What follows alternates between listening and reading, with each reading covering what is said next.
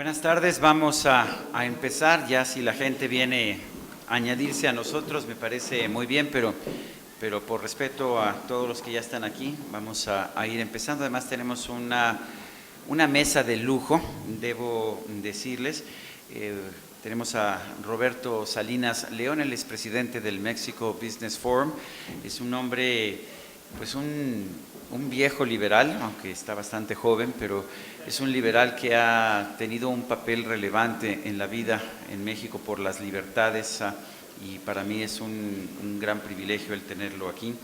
Isaac Katz, profesor de Economía del Instituto Tecnológico Autónomo de México, un hombre también que ha defendido las libertades, que ha estudiado desde el punto de vista de la economía también las limitaciones que establece nuestra Constitución. Gracias al doctor Isaac Katz por estar con nosotros. Está también Martín Krause, miembro de la Fundación Libertad y Progreso, y con los tres nos van a estar haciendo presentaciones. El tema fundamental es: lo que no se mide no se puede mejorar. Hace apenas algunos días entrevistaba yo a un alto funcionario, un subsecretario de la Secretaría de Hacienda, y le tocó pues defender un impuesto que se estableció para evitar la obesidad y el sobrepeso en los mexicanos. Y yo pues se me ocurrió decirle, era una entrevista pública, una entrevista en radio, se me ocurrió decirle: señor subsecretario, si este impuesto es para combatir la obesidad y el sobrepeso, ¿en cuánto están calculando ustedes que se puede reducir el sobrepeso en un año, en 5 años y en 10 años gracias a este incremento en los impuestos? Se molestó mucho el señor subsecretario, me dijo que me estaba yo burlando de él, y le digo: pues no me estoy burlando. O sea, si este impuesto es para reducir la obesidad, me gustaría saber cuánto piensa usted que se puede reducir la obesidad. Finalmente lo que me dice es: bueno, señor Sarmiento, usted sabe que la obesidad y el sobrepeso son problemas multifactoriales. No solamente el refresco, sino muchos otros factores inciden sobre este problema. Y mi pregunta entonces es: ¿por qué entonces se combate con un impuesto cuando ni siquiera se puede medir cuál es el resultado de esta decisión? No será la primera vez en que el gobierno mexicano establece impuestos o establece medidas económicas o políticas que buscan resolver un problema cuando realmente no saben siquiera los funcionarios del gobierno qué tanto efecto pueden tener en este problema. Un ejemplo muy característico lo vemos en el combate a la pobreza. Los programas de superación a la pobreza en nuestro país han subido virtualmente 20 veces, de 15,000 pesos a 15,800 millones de pesos al año, a más de 100,000 millones de pesos al año, más de 120,000 millones de pesos al año entre 1994 y el año 2012. Son programas cuyo objetivo no es gastar dinero, cuyo objetivo es reducir la pobreza. Y sin embargo, según las cifras oficiales del Coneval, la pobreza en nuestro país ha bajado en ese mismo periodo del 52.4% de la población al 52.3% de la población. Esto a mí me dice que si realmente queremos combatir la pobreza a través del gasto público, no nos va a alcanzar todo el Producto Interno Bruto del país para alcanzar este objetivo. De la misma manera, en los últimos 10 años, el programa que más ha crecido entre los programas gubernamentales, o uno de los dos, junto con el de superación de la pobreza, el otro es el combate al crimen, es la seguridad pública. También ha tenido un crecimiento realmente espectacular y, sin embargo, la inseguridad en México, en lugar de reducirse, ha venido aumentando. Por eso es importante no solamente medir lo que se está haciendo, sino saber medir, saber entender cuál es el objetivo. Si el objetivo es gastar mucho dinero, se mide la cantidad de dinero que se gasta. Si el objetivo es reducir un problema social, lo que se tiene que medir es qué tanto se reduce este problema social. Lo que no se mide no se puede mejorar. Y bueno, vamos a hablar de cómo podemos medir ciertos indicadores, y yo quisiera empezar de hecho con Martín Krause. Martín Krause es profesor de Economía de la Universidad de Buenos Aires, es académico asociado del Cato Institute de Washington, Ha publicado libros como El cuento de la economía, En defensa de los más necesitados, Proyecto por una sociedad abierta, que lo hizo con Alberto Venegas Lynch, Democracia directa, con Margarita Molteni, y en fin, distintas publicaciones más.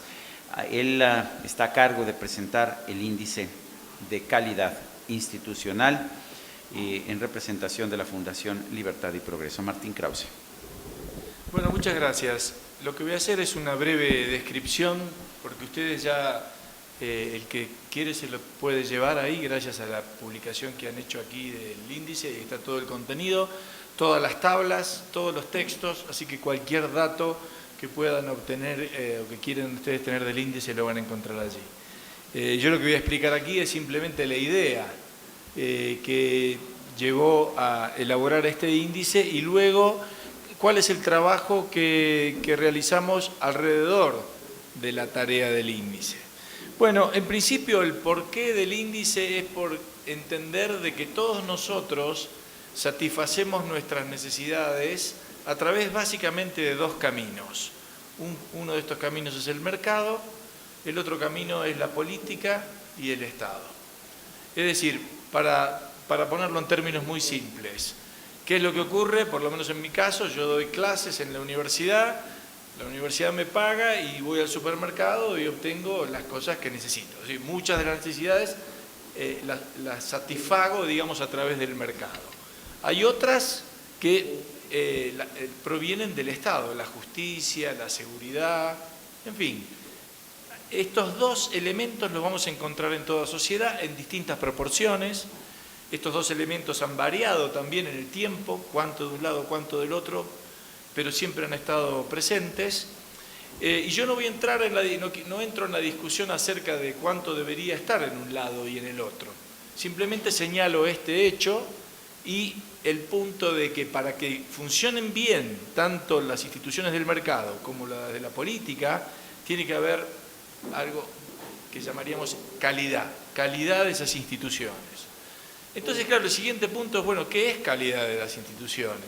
¿Cuáles son las instituciones de buena calidad? En términos muy simples, podría presentarlo con aquella frase famosa de este filósofo escocés David Hume, quien decía que todo país para prosperar simplemente tiene que cumplir con tres leyes: la estabilidad de la posesión, su transferencia por consentimiento y el cumplimiento y honrar las promesas. Es decir, estaba diciendo, la estabilidad de la posesión estaba hablando del derecho a propiedad, su transferencia por consentimiento estaba hablando de los contratos libres, y luego honrar la palabra, digamos, cumplir con los compromisos. En cierta forma parecen tres leyes básicas, pero que a muchos de nuestros países nos cuesta mucho hacer cumplir y respetar. Entonces, en la práctica, lo que hacemos es buscar indicadores que nos permitan evaluar la calidad de las instituciones políticas por un lado y de las instituciones de mercado por el otro. Y luego determinar en qué posición se encuentra cada país en términos relativos, porque los índices no tienen el mismo número de países, para establecer una posición general. Entonces podemos obtener la calificación del país para instituciones de mercado, la calificación del país para instituciones políticas, y el conjunto de ellos es lo que llamamos calidad institucional. En este sentido, lo que hacemos es seguir una definición de calidad institucional que proviene de lo que se llama economía institucional moderna, aunque debo decir que esto es una preocupación de larga data en la economía. Los economistas clásicos, ya yo cité a David Hume, pero podremos empezar desde Adam Smith en adelante, todos ellos tenían en claro la importancia de estos marcos institucionales. Llamémosle, ¿a qué llamamos marco institucional? Es el conjunto de normas dentro de las cuales actuamos. Esas normas pueden ser básicamente de dos tipos, pueden ser normas formales o normas informales. Las normas formales las emite un organismo creado para eso, que es un congreso, por ejemplo, un parlamento. Tienen una agencia normalmente que controla su cumplimiento, digamos la policía. Además hay penalidades para su incumplimiento. Y además están normalmente redactadas en forma escrita. Esas son las normas formales, son las normas que se enseñan, por ejemplo, en toda facultad de Derecho. Pero hay otro tipo de normas que guían nuestras acciones a diario, y ustedes, si se ponen a investigar un poco, van a encontrar cantidad de ellas, que son normas que nadie las dicta, que solamente son aceptadas, están vigentes en tanto y en cuanto son aceptadas por la población, no están escritas normalmente y no tienen otro órgano de sanción que no sea el repudio o la sanción social. Déjenme ponerles un ejemplo. Tal vez, bueno, ahora con la lluvia sería un poco más complicado, pero terminamos la conferencia y salimos a tomar un bus y vamos ahí a la parada del bus y formamos una fila. Y la pregunta es, ¿y dónde está escrito que hay que formar una fila? En ningún lado. Pero no en México. No, claro que no, en ningún lado está escrito. Pero por cierto que sabemos que la norma existe. Si no la cumplimos vamos a recibir la sanción de alguno que nos va a decir algo, o todos los que nos van a decir algo que no estamos respetando el orden, vaya para atrás, ¿es cierto? Todo ese tipo de cosas que uno conoce. Es decir, un simple ejemplo de cómo hay normas informales que afectan nuestra vida diaria. Bueno, el argumento de la economía institucional es que este conjunto de normas formales o informales permiten una mayor coordinación de las acciones de las personas. Y normas de mejor calidad van a permitir una mayor coordinación. ¿Qué es esto de la coordinación de las acciones? Bueno, de nuevo, déjenme ponerles otro ejemplo. Tomemos las reglas de tránsito. Si uno se pone a pensar que uno va por una carretera a 100 km por hora y se cruza con un auto en la dirección contraria a 100 km por hora, es una locura lo que estamos haciendo. Una locura. ¿Por qué lo hacemos? Porque pensamos que todos vamos a cumplir la norma de que cada uno mantiene su lado derecho. Entonces nos podemos cruzar sin chocarnos.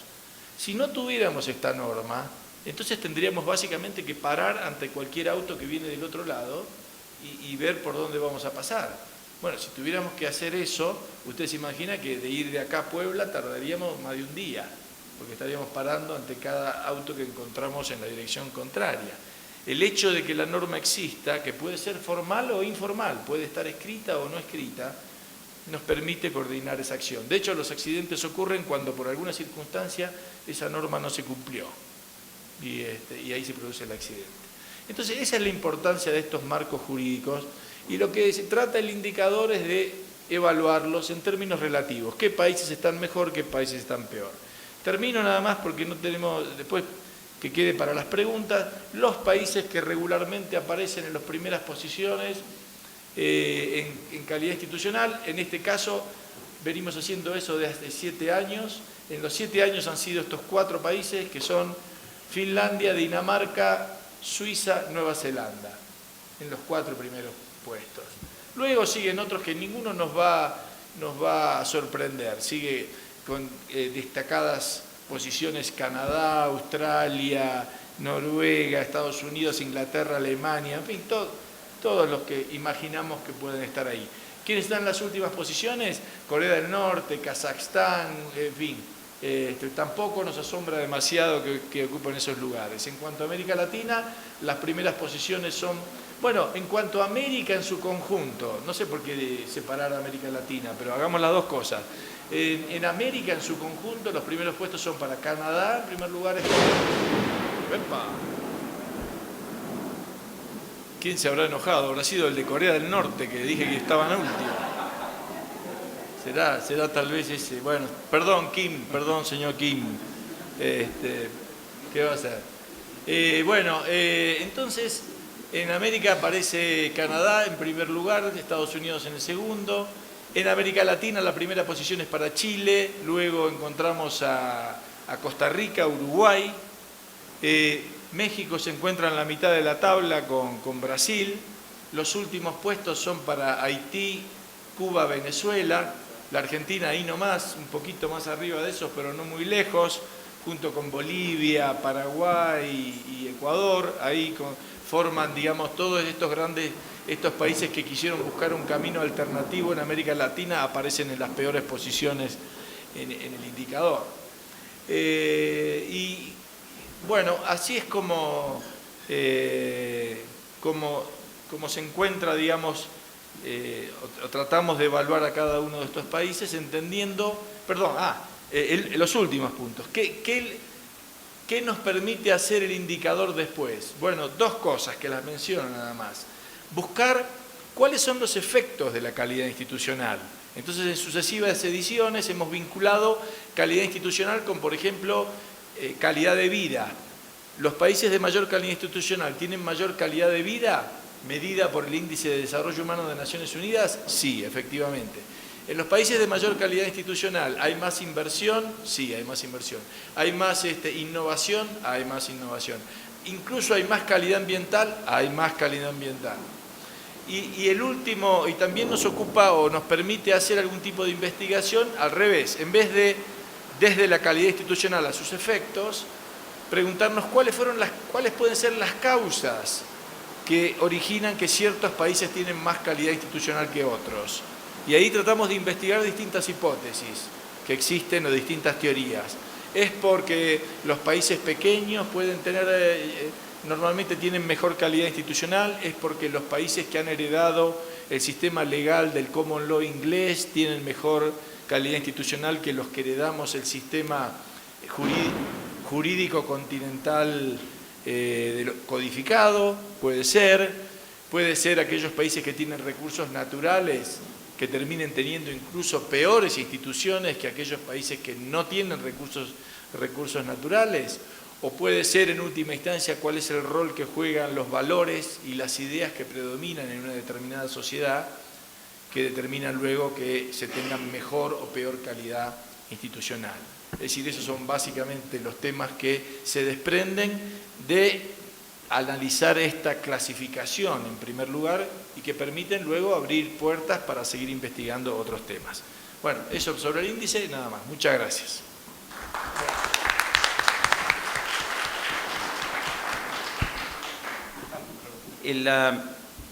Dicen mucha gente que conozco que dice que no cree en la propiedad, y no sé si les ha pasado a ustedes también.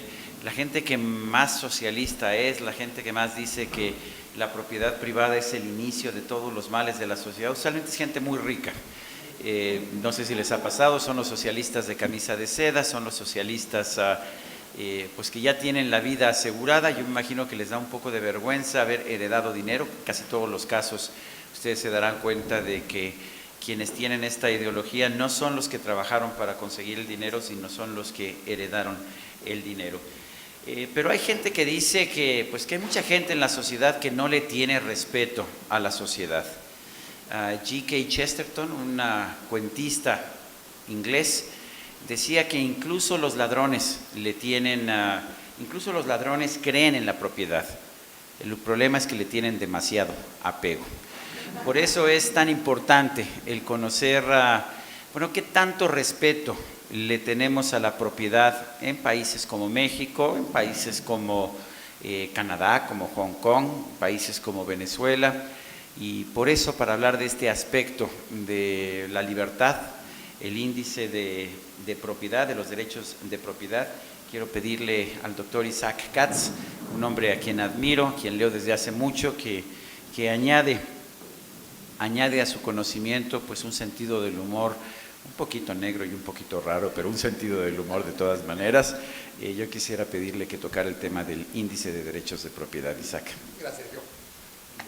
Bueno, gracias Sergio, y gracias a la Fundación Naumann por la invitación. Siguiendo con lo que mencionó Martín, ¿no?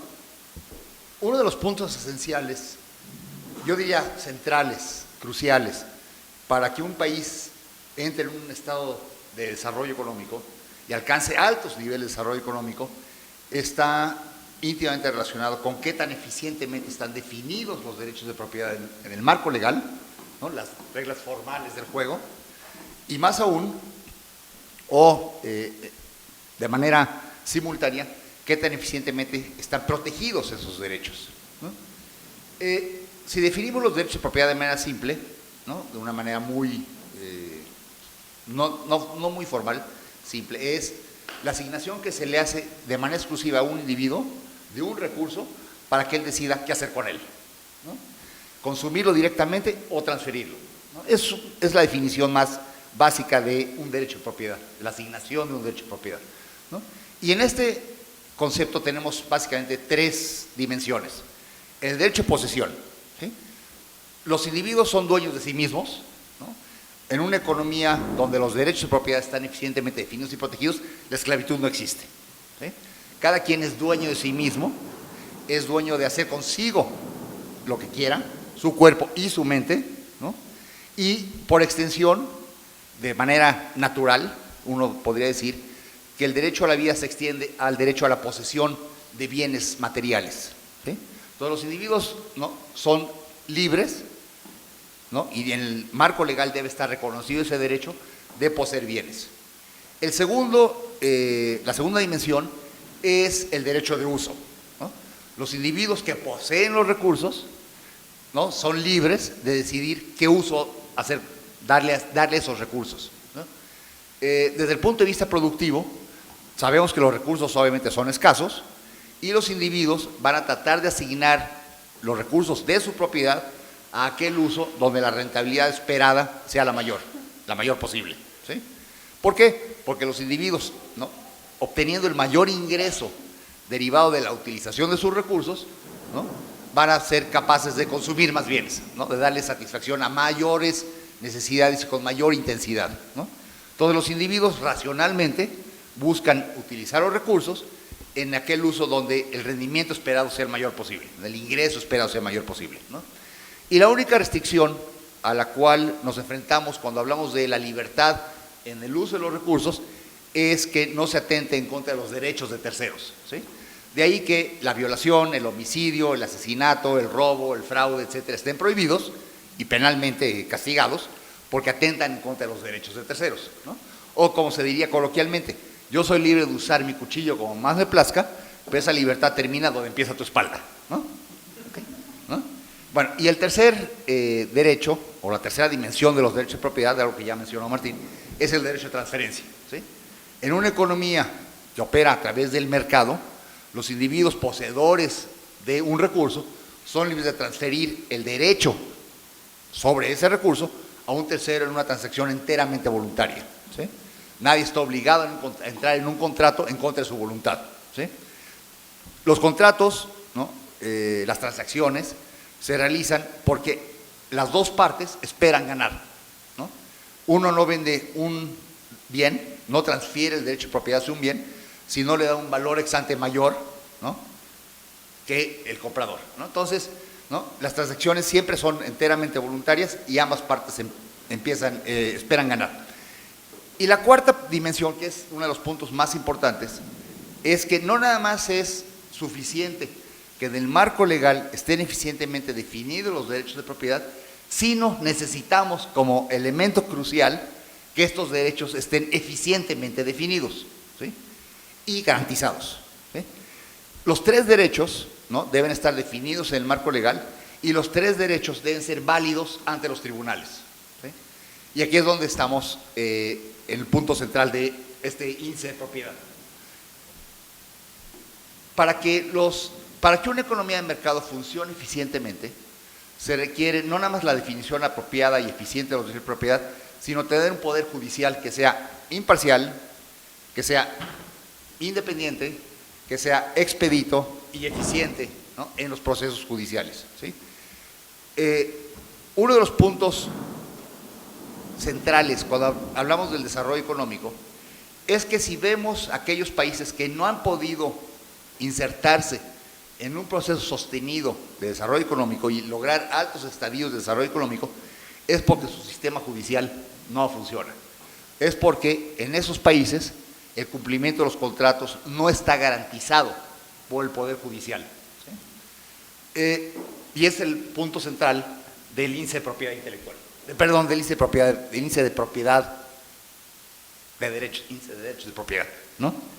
¿Qué tan eficientemente están protegidos los derechos en los diferentes países del mundo? ¿Sí?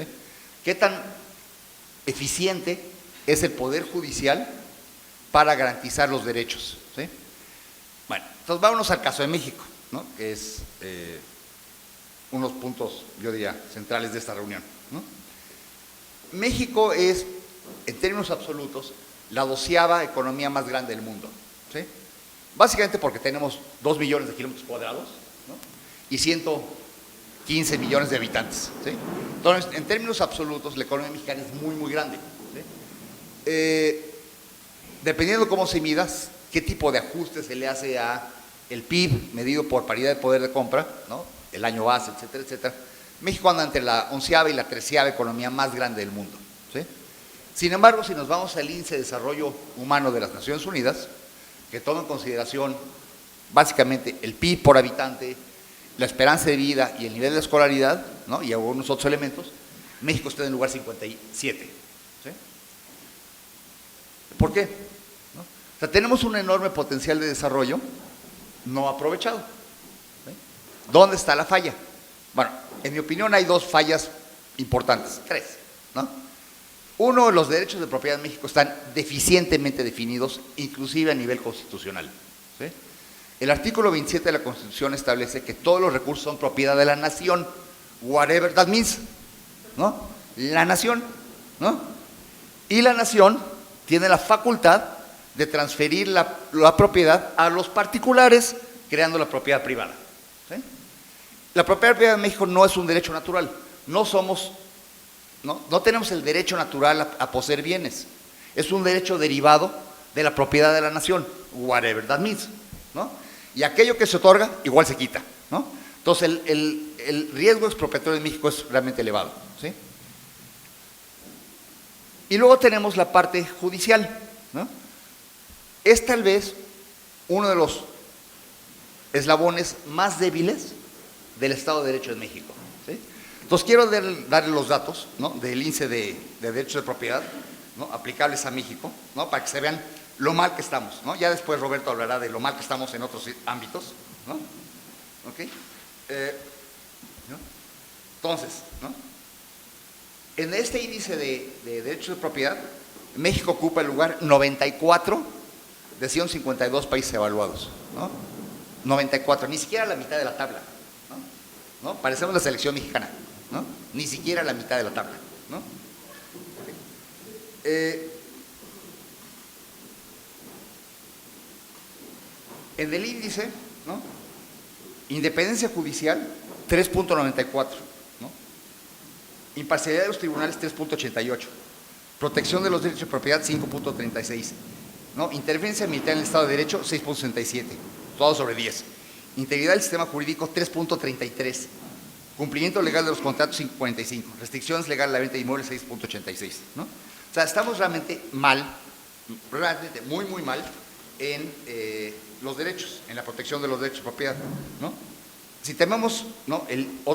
Otra desagregación, ¿no? En el índice de derechos de propiedad, ¿no? En el ambiente legal y político estamos en el lugar 82 de 130. Independencia judicial, 79 de 130. Estado de Derecho, 86 de 130. Corrupción, 75 de 130. Derechos legales sobre la propiedad física, 80 de 130. Propiedad protección de la propiedad física, 70. Registro público de la propiedad, 97. Definición legal de los de propiedad intelectual, 49. Protección de esos derechos, 71. Protección de patentes, 49. Piratería, 50. ¿Sí? O sea, tenemos, ¿no? Todos estos indicadores en el índice de derechos de propiedad y en el índice de libertad económica, de la cual Roberto va a profundizar, ¿no? En donde claramente se ve que en México el cumplimiento de los contratos puede ser un viacrucis, ¿sí? Y digamos el siguiente ejemplo, ¿no? 2 empresas, ¿no? Una que produce camisas, ¿no? Y otra empresa que es la proveedora de botones, ¿sí? Se arma un contrato, ¿no? Donde se establecen los términos a través de la cual la fábrica, ¿no? Que produce botones va a proveer de botones a la fábrica de camisas, ¿sí? Entonces especifican la calidad de los botones, tamaño de los botones, tiempo de entrega, precio, etcétera, etcétera, etcétera, ¿sí? Obviamente no pueden establecerse todos los estados de la naturaleza en un contrato. Hay eventualidades que no se pueden prever, ¿sí? Bueno, digamos que la empresa que produce camisas le deja de pagar a la empresa que le provee de botones, ¿sí? Incumple el contrato, ¿sí?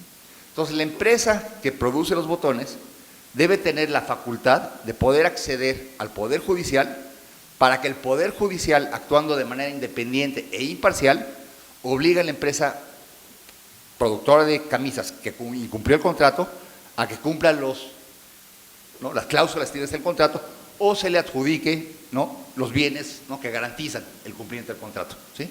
Si el Poder Judicial no cumple con su labor, ¿no?, de garantizar el cumplimiento de contratos, ¿no?, es muy probable que la empresa proveedora de los botones termine perdiendo, ¿sí?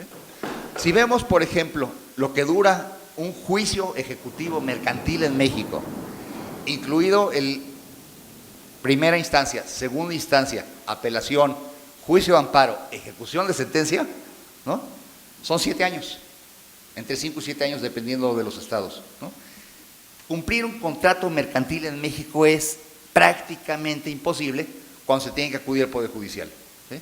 Entonces, cuando yo me enfrento como empresa a una situación de esas, ¿sí?, lo único que quiero hacer es hacer contratos con alguien que considero honorable, moralmente responsable, alguien que no me va a transar, aunque no sea el mejor proveedor o no sea el mejor cliente, ¿no? Y eso cuesta mucho. Los costos de transacción asociados a no tener un Poder Judicial que sea independiente, imparcial, eficiente y expedito, ¿no?, implica altísimos costos en términos de desarrollo económico, ¿no? Y si no nos movemos hacia una mayor integridad del Estado de Derecho, en este eslabón, que es tal vez el más débil de toda la cadena, nunca vamos a lograr un estado de desarrollo más elevado que el que tenemos, ¿no? Y de por sí estamos fregados. Gracias.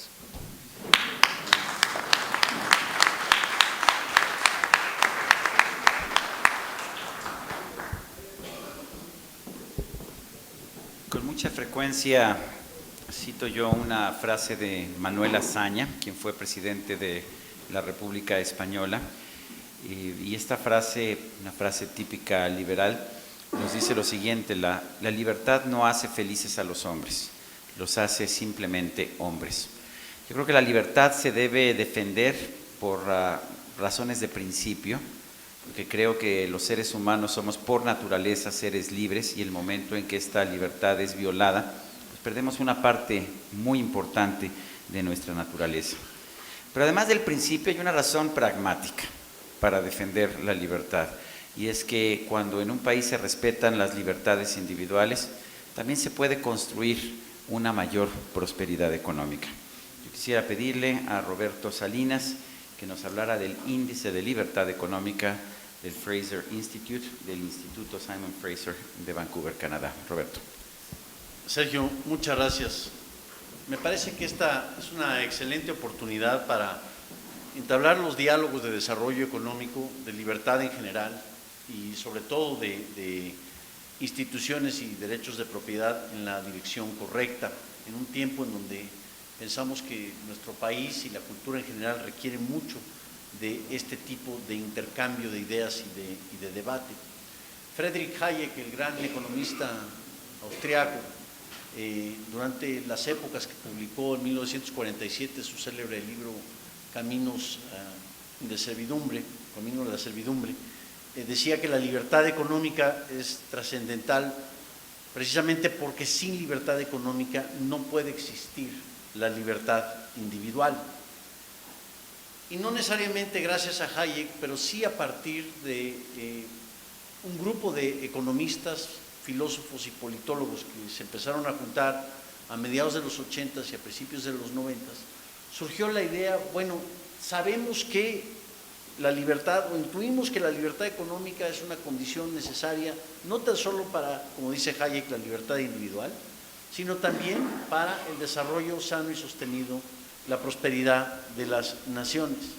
Sin embargo, ¿habría posibilidad de medir este resultado y a partir de entonces poder construir una agenda que sea más sistemática, más metodológica, que nos permita ver precisamente en dónde los países se deben de concentrar?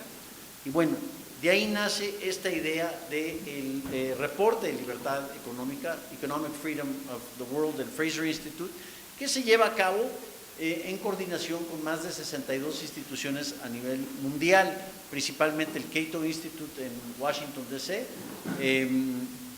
el nuevo Cox Center of Economic Growth de Southern Methodist University y junto con instituciones como la Fundación Frederick Naumann para la Libertad aquí en México y sobre todo Caminos de la Libertad, que recientemente han hecho suyo este proyecto. Y bueno, este grupo de economistas en ese entonces, que incluía a Michael Walker del Fraser Institute, Milton y Rose Friedman, por supuesto, Gary Becker de la Universidad de Chicago, Robert Lucas, todos ex profesores aquí de nuestro querido Isaac, se juntaron para tratar de decidir, bueno, ¿cómo podemos medir la libertad económica?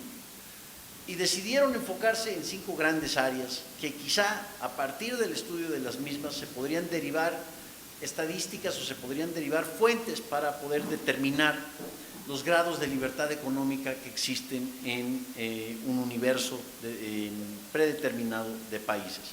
1, el tamaño del Estado. Estas son las 5 grandes áreas que mide hoy en día. 2, de lo que platicaban tanto Martín como Isaac en estos momentos, el sistema legal y los derechos de propiedad.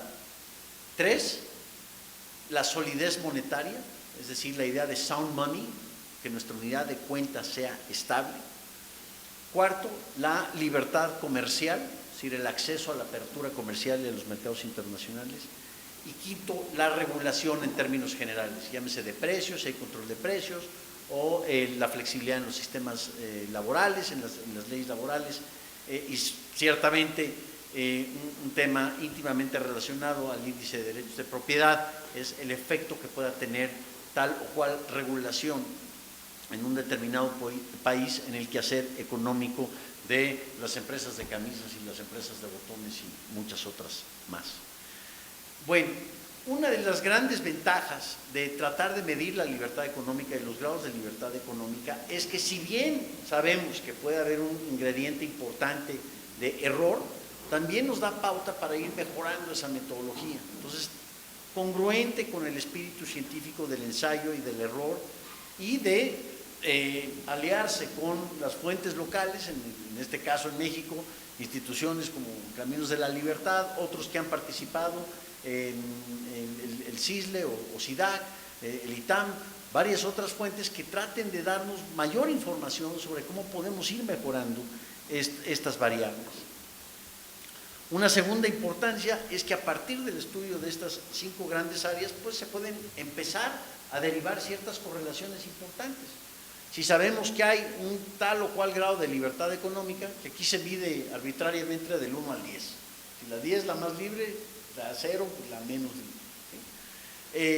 Y a partir de un universo determinado, que ahora asciende a 142 países, creo que empezó con 60 y tantos países, y hoy son 152 países que mide el reporte de libertad económica del Fraser Institute. Entonces, por ejemplo, hay la posibilidad de decir, bueno, a más libertad, mayor crecimiento económico. Resulta que sí. Y esta es una de las correlaciones más importantes. Vemos que, por ejemplo, en el primer cuartil de países que tienen mayores grados de libertad económica, tiende a haber un crecimiento per cápita que es 3 a 4 veces mayor a los que están en el cuartil más bajo. Es decir, Hong Kong, Singapur, la isla de Mauricio, Chile, Finlandia, Nueva Zelanda, Suiza, los Estados Unidos, Canadá, tienden a ser más ricos que Zimbabue, ¿sí?, que Venezuela, que Argentina y que otros países que se encuentran ya en la parte baja del índice de libertad económica. Eso seguro fue un aviso de Cristina Kirchner, ¿no? O de Néstor, ¿no? Sí, no me meto con la necropolítica, es muy peligroso. Ya Martín apuntaba de cómo podemos hacer otras correlaciones con otras variables. Por ejemplo, un dato muy sorprendente en el reporte de libertad económica es que en el primer cuartil resulta que la edad promedio, es decir, el índice de mortalidad, tiende a ser superior en el primer cuartil de países que disfrutan mayores grados de libertad económica que en el último cuartil. De hasta 20 años de diferencia de edad promedio. Vaya, ya incide incluso sobre la vida misma. ¿Quiere decir esto que la libertad económica es una varita mágica que nos va a garantizar 20 años más de vida? No, no quiere decir eso. Lo que sí quiere decir es que existe una mayor probabilidad, dadas las condiciones de desarrollo económico, de innovación, de servicios de salud, de acceso a la educación y de varios otros de los determinantes de lo que es la calidad humana. Y así cada año nacen nuevas correlaciones que se pueden ir midiendo. Todo obviamente con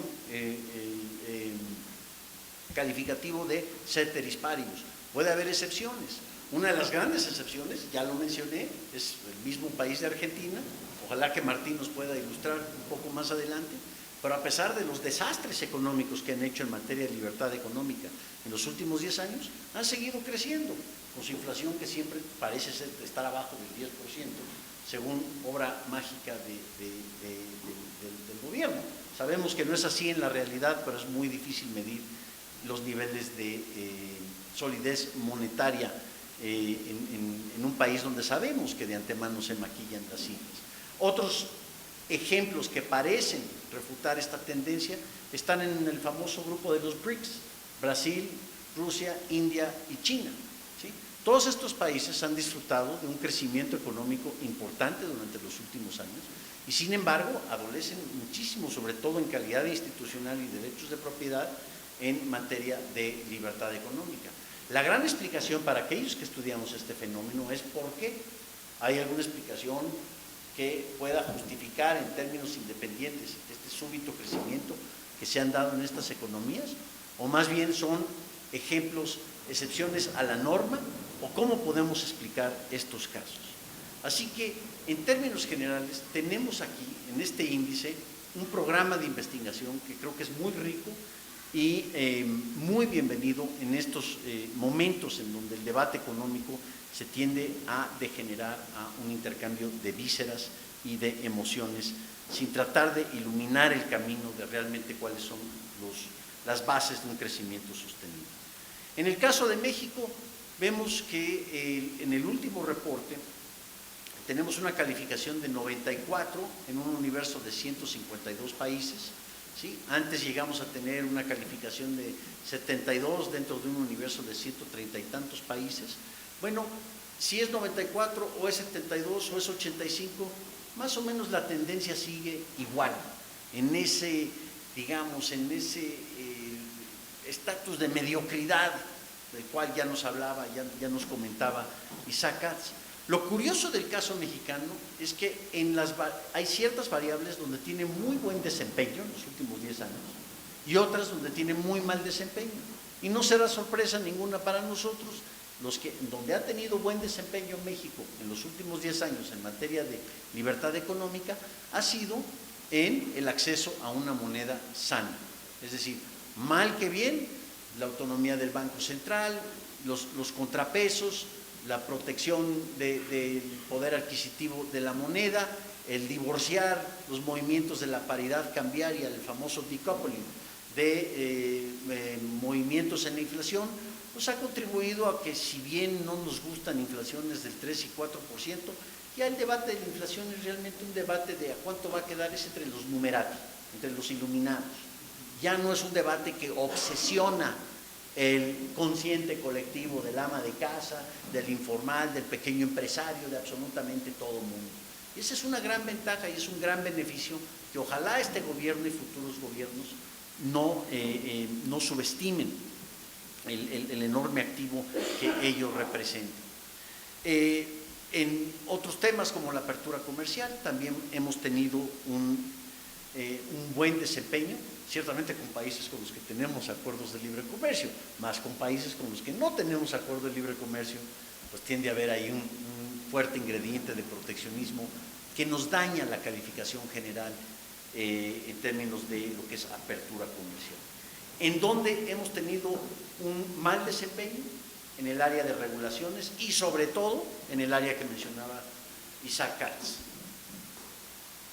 Los derechos de propiedad, no tan solo la definición de los derechos de propiedad, sino en la capacidad de un poder judicial independiente de hacer valer esos derechos, de hacer valer un contrato, llámese entre productores de botones y los que manufacturan las camisas,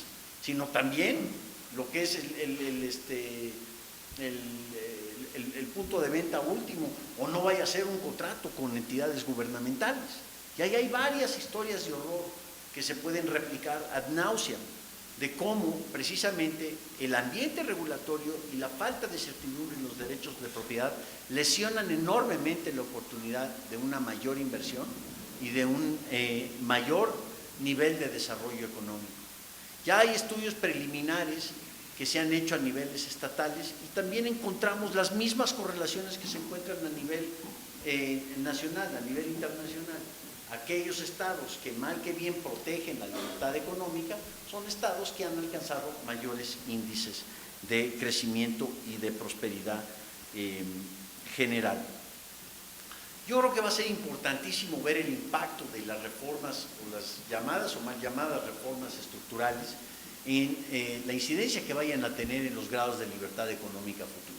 Es decir, yo creo que para el 2014, cuando ojalá estemos celebrando este evento en noviembre del 2014, será muy importante ver, bueno, qué efecto tuvo la reforma energética si es que se llega a aprobar esta, o en la forma en que se llegue a aprobar esta. Más importante aún, ¿qué efecto va a tener la llamada reforma hacendaria? Que probablemente fue mucho más una antirreforma que una reforma. El aumento bestial del gasto público, ¿sí?, que parecería ser una solución a los problemas de la pobreza y la desigualdad, pues al final del día nos está restando libertad económica, porque más pesos del otro lado, del lado gubernamental, implica necesaria y matemáticamente menos pesos para mí y de este lado. Es decir, es un despojo ahí de lo que es la propiedad de uno. Eso va a incidir en nuestra posibilidad de prosperidad a mediano y a largo plazo. Yo creo que va a ser un debate muy intenso y muy bienvenido en ese entonces. En la publicación que tienen ustedes podrán ver las diversas calificaciones de todos los países, el análisis en general de México. Yo quisiera, y perdón que haga esto a título de conclusión, simplemente leer lo que yo pienso que es el verdadero trasfondo de por qué la libertad económica es importante. En la conclusión del ensayo, nuestro pequeño editorial que Carlos Peláez y yo hicimos en esta contribución, decimos que se debe avanzar en materia de libertad económica porque al final del día necesitamos un marco regulatorio que permita a un niño de Oaxaca que no se quede sin clases durante meses, o que un artesano en San Miguel de Allende pierda semanas en el trámite para abrir su negocio, o que un microempresario de Monterrey deba contratar a contadores para llevar a cabo el imposible cálculo y pago de sus impuestos. Caray, aunque nos dé placer cósmico pagar impuestos, parecería que ese placer es inalcanzable a veces por la tremendamente difícil tarea de transitar nuestro laberinto tributario. O que un campesino no pueda trabajar en su tierra de la manera que cree más conveniente, porque ésta se encuentra bajo la propiedad común o bajo la propiedad de algún grupo, un grupo que pretende sustituir al Estado, como pueden ser los caballeros templarios, o como pueden ser otros grupos organizados con pretensiones de ser el nuevo Leviatán. Que un empresario de Guadalajara deba contratar protección privada para su familia, o que un cocinero de Campeche deba pagar una fortuna al notario para escriturar su propiedad, etcétera, etcétera, etcétera. ¿A qué vamos? Precisamente ese principio de Hayek. Sin libertad económica no puede haber al final del día libertad individual. Muchas gracias.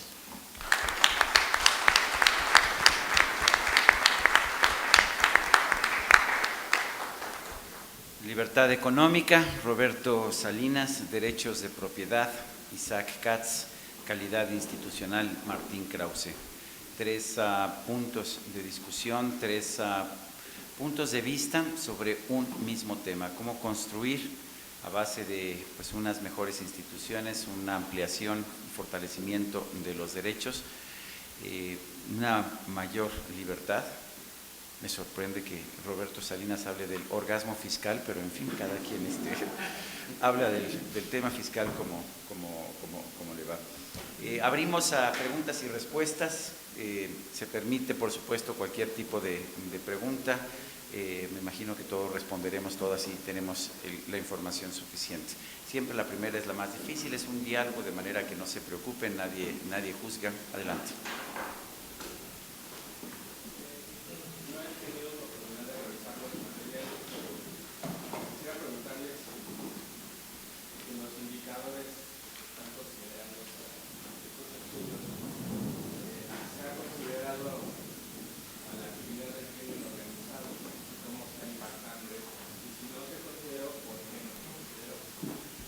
¿Alguien quiere tomarlo?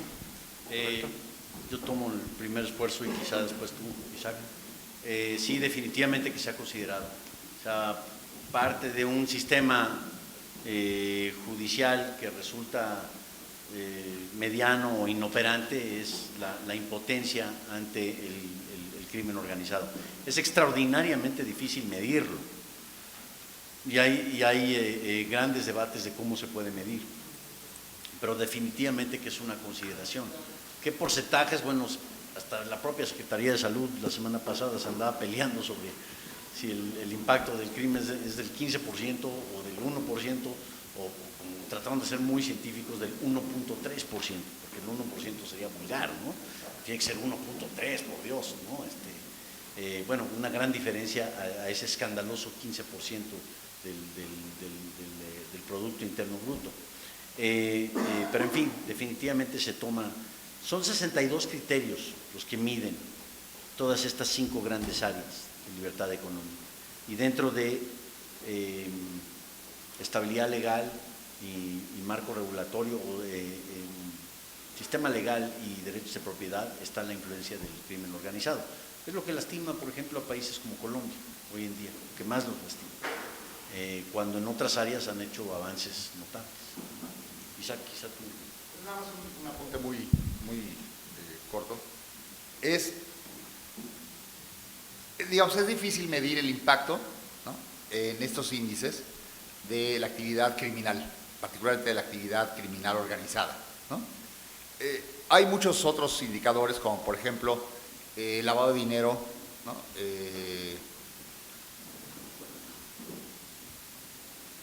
Y en particular, digamos, podría ser relevante, no sé si está incluido en el índice de protección, de derechos de propiedad, ¿no?, pero la parte de corrupción, ¿no? O sea, la parte de corrupción no nada más es la corrupción gubernamental a la hora, por ejemplo, de trámites, licencias, obras públicas, etcétera.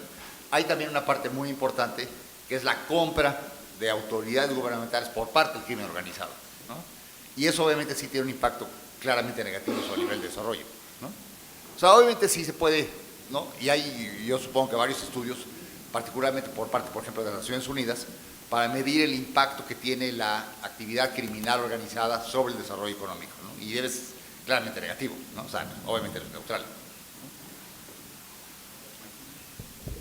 Bueno, yo no voy a repetir, lo tomamos en cuenta nosotros en uno de los indicadores, que es el de la vigencia del derecho, el de respeto a la ley y el funcionamiento de la justicia, que se ve afectado por el crimen organizado. Pero ya que para plantear un tema parecido, pero no exactamente el mismo, vecino de este problema es todo lo que sea la economía informal, ¿no?, que ya no tiene un sentido criminal, sino que es simplemente una actividad económica que se realiza al margen de la normativa legal vigente. Es decir, no es actividad criminal, es actividad legal, llamaríamos, no, las actividades que se realizan no son ilegales, pero se realizan fuera de la ley, como vender tortilla ahí en la esquina y no tener un negocio habilitado, declarado, ¿no? Hay una discusión interesante acerca de cómo tomamos en cuenta eso. ¿La economía informal es economía más libre o no? Y el índice de libertad económica lo toma como un factor negativo. Y en verdad es que tiene un poco de las dos cosas, porque uno podría interpretar que toda la actividad informal es una actividad más libre en el sentido de que no está sujeta a las normas que restringen mucha actividad económica en otros ámbitos. Pero al mismo tiempo es actividad que no se ve favorecida, digamos, por la vigencia de derechos de propiedad y de contratos formales que se puedan reconocer ante la justicia. En la informalidad, cuando hay una disputa contractual, ¿cómo se resuelve? O no se resuelve o se resuelve mal a veces, ¿no? Es decir, no se puede acudir en ese caso a la justicia, etc. O sea que tiene un componente un poco de las dos cosas, ¿no? En parte, esa actividad que si cumpliera con todas las normas no se podría realizar, porque sería tan costoso que ya no vale la pena. Pero por otro lado, al mismo tiempo es una actividad que se pierde los beneficios de la formalidad que amplían el ámbito del funcionamiento del mercado, ¿no? Un último comentario. comentario y vamos después a la pregunta. Fíjense, si es difícil medir la economía formal o la economía legal, lo difícil que es medir la economía informal o la economía ilegal. Ustedes saben que toda la actividad de Twitter, Facebook, BlackBerry Messenger, Outlook, en fin, toda esta actividad que ha generado pues una actividad realmente importante en nuestras vidas, que nos ha cambiado la vida, que a veces hace que tengamos que trabajar menos, a veces hace que estemos concentrados en muchas más cosas, no suma ni siquiera el 0.5% del Producto Interno Bruto. ¿Por qué? Pues porque muchos de estos servicios son gratuitos, WhatsApp, BlackBerry Messenger, y como son gratuitos, no hay forma de medirlos, no hay forma de darse cuenta de que si yo antes me tardaba 5 horas o 10 horas en escribir un artículo y mandarlo a 20 periódicos o 30 periódicos, hoy lo puedo hacer en 2 horas, pero resulta que eso no se puede medir, y por lo menos hasta este momento no se ha podido medir. Entonces imagínense ustedes si es tan difícil medir aspectos de la economía formal como pues todo esto que ha sido la gran revolución de principios del siglo XXI, pues cuánto más difícil es medir aquello que por naturaleza se oculta. En fin, es interesante, es un punto de meditación nada más. Siguiente pregunta. Sí, ¿qué tal? Ilich González de Nueva Alianza. Muchas veces los indicadores, más bien muchas veces la manera de minimizar los indicadores que salen de estos análisis es tomando el ingrediente cultural, diciendo que hay países donde basado en su cultura o en su idiosincrasia se hacen X o Y prácticas distintas. ¿Cómo ustedes analizan el impacto cultural que en el caso de México tiene mucho que ver con lo que acaban de comentar de la economía informal, de lugares donde es aceptado o es incluso ya está entendido que no hay que denunciar porque ya asumes que no se va a cumplir la ley, o que no hay que pagar impuestos porque ya asumes que esos impuestos no se van a ver reflejados? ¿Cómo le hacemos para tratar de, sin minimizar diciendo que es una cuestión cultural, tratar de corregir el problema desde una perspectiva como la que están proponiendo? Hay ¿no? De manera coloquial, ¿no? ¿Cuánto cuesta educar a un mexicano? ¿No? Lo que cobran para pasar el puente en la frontera con Estados Unidos, ¿no? O sea, el mexicano de este lado se comporta mal, tira la basura en la calle, no respeta las reglas del tránsito, ¿no? Porque percibe que la violación de las leyes y los reglamentos lo puede hacer de manera impune, ¿sí? El castigo en México por comportarse mal, ¿no?, es cero, prácticamente cero.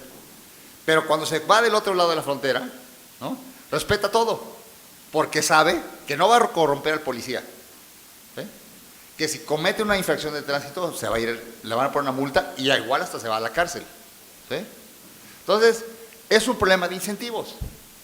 Todo es un problema de incentivos. No es un problema idiosincrático, es un problema de incentivos. Si no enfrentamos los incentivos correctos, no vamos a actuar correctamente en términos del orden social buscado, ¿sí? ¿Ok? Si en México cambiásemos hacia un íntegro Estado de Derecho, ¿no?, la gente cooperaría de otra manera, actuaría de otra manera. El resultado final sería totalmente diferente, ¿no? El beneficio neto de cambiar las reglas del juego y enfrentar diferentes incentivos a los que ahora enfrentamos, en particular la penalización por portarse mal, ¿no?, deriva en un mayor estado de bienestar, ¿sí? ¿Okay? La otra manera de hacerlo más técnico es: la curva de demanda siempre tiene pendiente negativa, no importa dónde vivas, ¿no?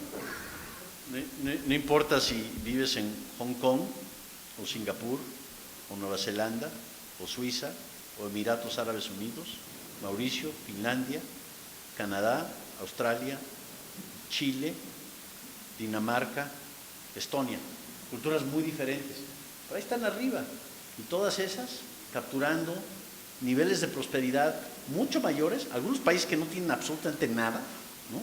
Ahora sí que son países ricos que nacieron pobres, ¿no? No tienen absolutamente nada, y otros ampliamente dotados, ¿no?, como puede ser los Emiratos Árabes o Canadá. Y ahora compara los últimos 10 países en este índice, ¿no? Burundi, República Centroafricana, Angola, Chad, Zimbabue, República del Congo. Bueno, lamentablemente ahí no es porque sean africanos, porque hay países africanos que han sido sumamente exitosos. Venezuela es el último. Venezuela, que tiene todo para ser de los 3 o 4 países más ricos del mundo. Lo tenía todo en el gran boom petrolero. ¿Y cómo lo desperdiciaron? Pues uno se pregunta, ¿ahí son cuestiones culturales o son cuestiones más bien de instituciones, de las reglas del juego y de los incentivos? Yo creo que hay varias cosas culturales que no hay que menospreciar y hay que pensar que debemos de cambiarlos. Y hay varios economistas y otros que lo están estudiando. Pero la tendencia general es que estas cosas funcionan independiente de la cultura y del país. Bueno, lo mío de nuevo también trata de cubrir otra parte de esto, porque estoy de acuerdo con eso. Es cierto que los incentivos enmarcan ciertas conductas, uno lo puede ver claramente. La pregunta que yo trato de explorar y que ustedes tienen ahí en el CD que se llevan es qué es lo que determina que existan determinados incentivos, que existan determinadas instituciones, por qué ciertos países desarrollan cierto tipo de instituciones e incentivos y otros otras. Y entonces ahí trato de considerar una idea, una hipótesis acerca de, no tanto ya de la cultura, sino de ciertos valores.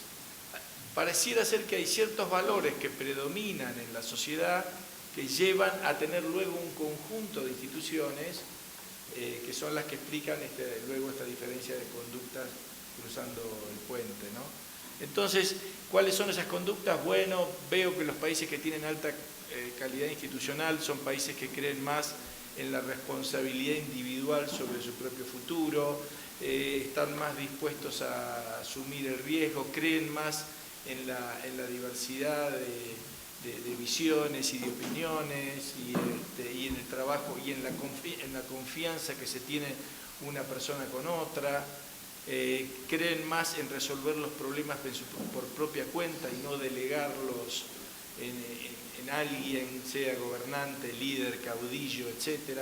Creen más, en definitiva, en el imperio de la ley, más que en las personas que ocupen determinados cargos en el gobierno. Es decir, son esos países en los cuales la gente no está pensando quién es el gobernante, sino a ver cuáles son las instituciones aquí que funcionan y que nos permiten convivir en paz. En fin, pero la verdad es que es un tema complicado y es mucho más complicado, como ustedes van a ver al que se anime a leer eso, conseguir datos comparativos de valores y de cultura a nivel global. Yo estuve buscando todo lo que había, encontré 2 bases nada más, una de una encuesta global que hace Gallup y otra de un profesor holandés que se llama Gert Hofstede, que estudia estos temas culturales, pero es difícil investigar el tema de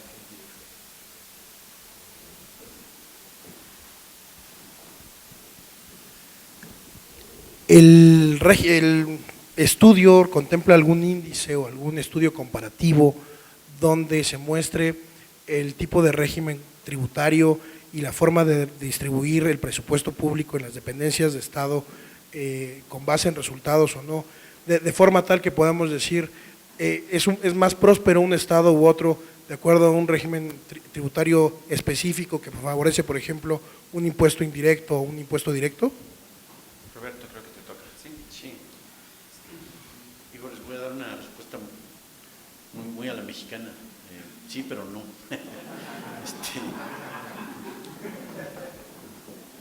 Si el apartado del tamaño del Estado, por ejemplo, sí contempla gasto público, transferencias y subsidios, el nivel de impuestos indirectos, las empresas y las inversiones públicas, creo que aquí hay mucho trabajo que se podría hacer para mejorar los indicadores que se utilizan para llegar a la calificación de tamaño del Estado, donde no se llegan a capturar cosas que potencialmente podrían ser buenas o menos malas, si vamos a tener subsidios que sean subsidios directos, digamos, sin intermediación burocrática, u otras que midan no necesariamente el déficit fiscal, sino cuál es el requerimiento del sector público en su totalidad. un pensador en Estados Unidos como Robert Samuelson, que no es precisamente así que digas de la ultraderecha, hiperanarquista, libertario, cualquier calificativo que quieras tratar de utilizar para desmentirlo. Es alguien que es bien considerado en el mainstream. Dice que el nivel de deuda pública real en Estados Unidos es el que dice otro como Tom Sabin, ¿sí? De alrededor de 280, 300% del Producto Interno Bruto, ¿no? Entonces, esas diferencias, digamos que no se comparan no se tratan de comparar con otros índices, pero creo que claramente son comparaciones o son diferencias que se podrían utilizar para mejorar la calificación que se pueda lograr en tal o cual apartado. Así que creo que es una observación muy pertinente. Buenas noches. Hablando de libertad y también sobre todo de calidad institucional, me gustaría saber su opinión acerca de uno de los referentes que actualmente afecta no nada más como América Latina, sino también a Europa, sobre todo en relación con la cuestión de que a veces pareciera que ya los individuos estaríamos hablando más como de una libertad negativa, en donde solamente importa una cuestión de nosotros mismos y nos olvidamos realmente como de este contrato social russoniano, que precisamente es el que crea a veces estas instituciones y las mantiene a flote. A mí me gustaría saber la opinión que tienen respecto a este tema, que es uno de los más importantes, me parece, ahorita para América Latina y para Europa después de las transiciones. Gracias. Martín Krause, ¿lo quieres tomar? A ver, si es que lo entendí bien. Primero, uno no tiene esa tendencia a ser profesor, busca aclarar el tema para todos los demás y después ver si puede darle una respuesta. ¿Qué es esto de libertad negativa y libertad positiva? No creo que lo esté entendiendo en el sentido que lo dices, pero lo voy a explicar en el sentido que lo veo en la filosofía política y moral. La visión clásica de la libertad era una visión de derechos negativos, es decir, en el sentido de que no me demandaban a mí hacer nada más que abstenerme de interferir en los derechos de los demás. Yo no tenía que hacer nada más que eso. Entonces, por ejemplo, si yo tengo la libertad de expresión, bueno, tengo libertad para expresarme, el derecho a decir lo que quiera, la única obligación que tengo es no interferir con el mismo derecho de él para decir lo que quiera. Esa es la visión. La palabra negativa suena mal, pero era una visión que le daba al Estado, digamos, una función de proteger esas libertades negativas, es decir, básicamente, en otras palabras más simples para nosotros, la libertad de uno llegaba hasta donde empezaba la libertad del otro, punto. Y esto se podía aplicar a todos por igual. Ese concepto de libertad negativa luego trastocó, fue reemplazado por una visión de derechos positivos. Ahora yo ya no tengo un derecho a que no interfieran, ahora tengo derecho a que me den los elementos para ejercer esta libertad. Entonces, por ejemplo, ahora no es que tengo derecho a expresarme libremente, ahora me tienen que dar un medio a través del cual yo me pueda expresar. Ahora yo no es que tengo derecho a transportarme a través del país sin que interfieran, ahora me tienen que dar el medio de transporte para que yo lo pueda hacer. Entonces esta nueva visión de derechos, llamado derechos positivos, trajo un Estado mucho más grande, porque el Estado ahora tiene que garantizarle esos derechos y entonces se crea esta nueva función del Estado, que es la de tomar de este para darle a aquel, y porque tenemos que garantizarle el derecho al transporte. ¿De dónde vamos a sacar los recursos? Del Estado. ¿Y el Estado dónde lo saca? Con impuestos lo saca de otros. Entonces el Estado ahora se convierte en el gran mecanismo redistribuidor de ingresos de un lado para el otro. Claro, al principio todos nos parece esto una idea simpática porque pareciera ser que el Estado va a redistribuir, llamémosle así, a los Robin Hood, de los ricos a los pobres. Pero ¿qué es lo que pasa? Una vez que le damos la herramienta de redistribuir, redistribuye para cualquier lado. Robin Hood, Hood Robin, de derecha a izquierda, de izquierda a derecha, y al final del día uno no sabe cuánto pone y cuánto recibe, porque ya es imposible, ¿no? Entonces se desata una tremenda lucha entre la cual todos queremos ver la forma en la cual vamos a vivir del dinero de los demás. Una enorme piñata, una rapiña generalizada a ver qué es lo que se puede obtener a través del Estado.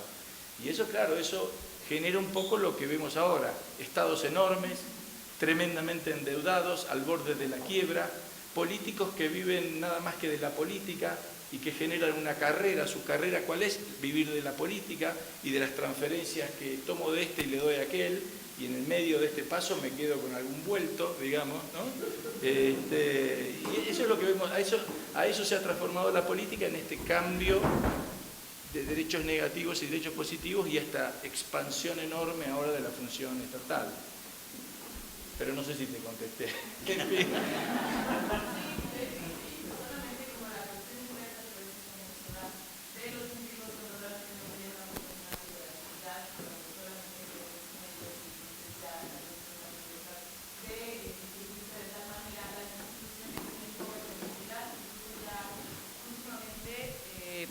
Los resultados del Latinobarómetro de 2013, al menos aquí en México, marcan a las instituciones, bueno, gubernamentales ya ni decirlas, porque realmente hay credibilidad nula realmente de los ciudadanos hacia las instituciones. También, sí, por supuesto, está este gran problema del Estado enorme y claro, pero también me parece que está el sentido inverso ahorita, actualmente. Bueno, una última pregunta. Adelante. Gracias. Martín, a nivel América Latina, ¿consideras que los tratados, puntualmente los acuerdos regionales como Mercosur y ahora la Alianza por el Pacífico, contribuyen a la calidad institucional, o quizás cada país, cuando se maneja de manera independiente, bilateral, es más próspero en este sentido? Claro. Sí, muy buena pregunta. ¿En qué medida los tratados, por ejemplo, de libre comercio contribuyen a la calidad institucional? Bueno, yo creo que si son tratados de libre comercio, efectivamente contribuyen porque atan a los estados nacionales a la posibilidad de cometer tropelías de todo tipo. Ahora ya no lo se puede hacer tanto, porque ahora tenemos tratados que nos impiden darle subsidio a este, darle subsidio a aquel, proteger a este, proteger al otro. Estamos como más limitados, ya no podemos hacer eso que antes hacíamos fácilmente. Ahora, al mismo tiempo veo que hay como dos tipos de acuerdos. En ese sentido, el Mercosur es algo distinto, porque el Mercosur es países que más bien quieren cerrarse entre sí.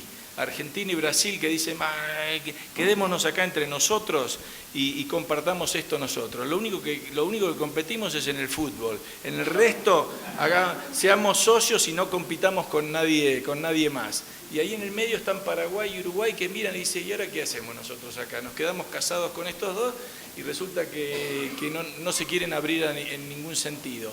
Pero después, lo que veo, la iniciativa del Pacífico, por ejemplo, o los tratados de libre comercio como tiene Chile, Perú, Colombia, etcétera, que tienen tratados de libre comercio con Estados Unidos, con Europa, con China, con Japón, eso sí creo que realmente logran o por lo menos,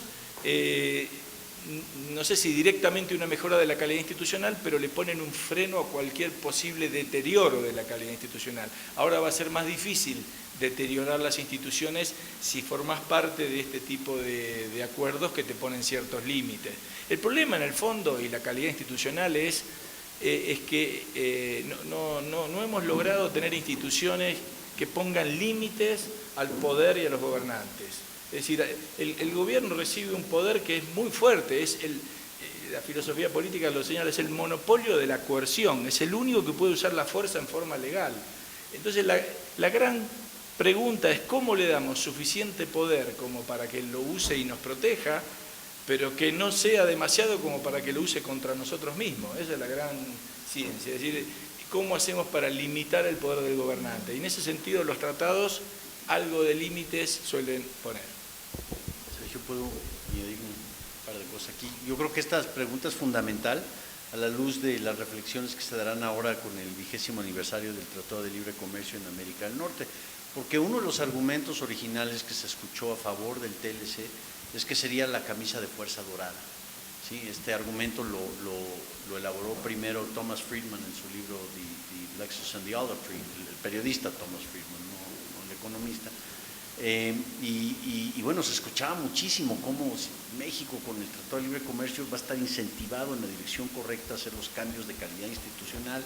entonces ya en 10 años vamos a tener esto y el otro, y esto y aquello, y el crédito ya totalmente accesible, y muchas otras cosas muy buenas, fantásticas y fabulosas. Resultó que no es una camisa de fuerza dorada.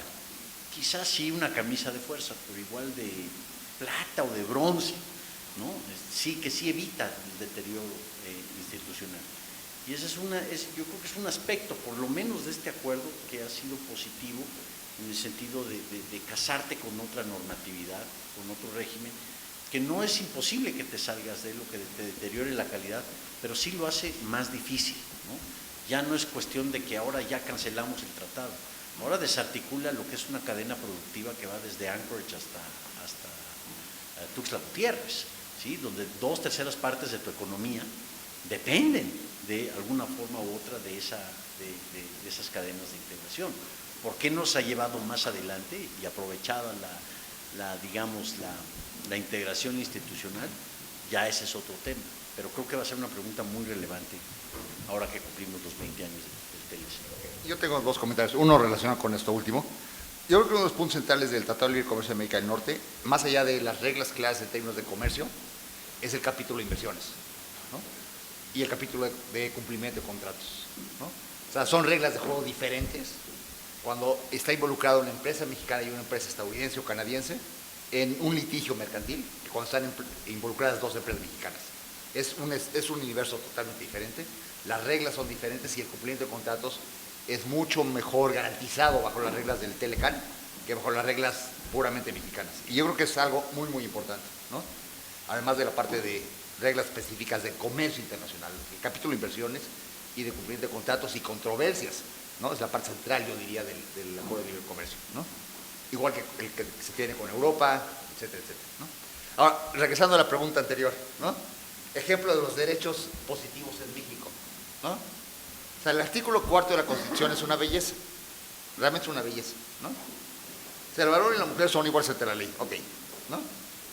Toda familia tiene derecho a decidir el número y esparcimiento de los hijos, ¿no? Está bien, ¿no? Toda persona tiene derecho a la protección de la salud. Toda persona tiene derecho a un medio ambiente adecuado para su desarrollo y bienestar. Toda familia tiene derecho a disfrutar de una vivienda digna y decorosa, ¿no? Para mí una vivienda digna y decorosa es una mansión de 10,000 metros cuadrados, ¿no? Con alberca, sauna, ¿no? Jacuzzi, una pista para correr, una cancha para equitación, etcétera, etcétera. Es para mí una vivienda digna, ¿no? Una casita en la Condesa es una, ¿no? Es una, ¿no? Sí, ¿no? Los niños para sí. Él, para él. ¿No? No te olvides de nosotros. Sí, claro, ¿no? Los niños y las niñas tienen derecho a satisfacer sus necesidades de alimentación, salud, educación y sano esparcimiento para su desarrollo integral, ¿no? O sea, el problema, y bueno, ya se le agregó el derecho a la pensión, ¿no? Nueva modificación, ¿no? O sea, el problema, ¿no? Que ya se mencionó, es que estamos creando con estos derechos un estado de bienestar, ¿sí? Dado que están en la Constitución, al menos en el caso de México, podemos exigirlos ante la Corte, ¿sí? Y la Corte está obligada a dictaminar a favor nuestro y en consecuencia obligar al gobierno a dotarnos de ese derecho, ¿sí? El problema es que no es financiable, ¿no? O sea, si toda la población exigiera estos derechos, el gobierno no le alcanzaría aún gastando el 100% del PIB. Y por eso Europa está quebrada, básicamente. Y por eso la deuda pública en Estados Unidos asciende a 250% del PIB, ¿no? Porque hay que tomar en cuenta pensiones no fondeadas, por ejemplo, ¿no? O sea, entonces no podemos movernos, cuando realmente queremos una sociedad libre, no podemos movernos hacia ampliar y garantizar y financiar derechos positivos, porque va exactamente en contra de la libertad individual, porque para ello, para cumplir esos derechos, el gobierno nos está oprimiendo, robándonos a través del sistema impositivo, básicamente, ¿no? Ahora, ¿por qué en México está tan mal el asunto, dada la encuesta de Latin Barómetro? Porque los partidos políticos son una mierda. Perdón la palabra.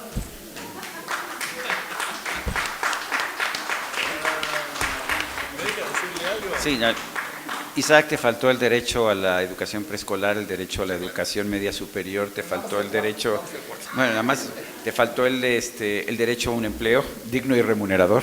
No, y falta uno muy importante que es el de Andy Warhol, que dijo que todos teníamos derecho a ser famosos por 15 minutos. ¿Y dónde está eso en la Constitución? Yo quisiera hacer un gol en el Estadio Azteca, por ejemplo, pero el Estado no me da ese derecho. O sea, nuestra Constitución podría resumirse en 2 artículos. Artículo primero, todo mexicano tiene derecho a ser feliz. Artículo segundo, el gobierno hará lo conducente para cumplir con el artículo 1.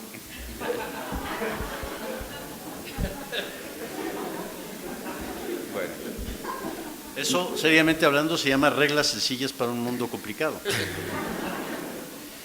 Bueno, yo, por lo menos, ya que nos han aguantado todo este tiempo, puedo decirles, en primer lugar, que quiero agradecer a Roberto Salinas, a Isaac Katz, a Martín Krause, quiero agradecer también a Relial, quiero agradecer a la Friedrich Naumann Stiftung, a la Fundación Friedrich Naumann y a Caminos de la Libertad que nos hayan reunido, y además como han sido muy pacientes y han aguantado todas nuestras disquisiciones, tienen todos derecho a un trago. Muchas gracias.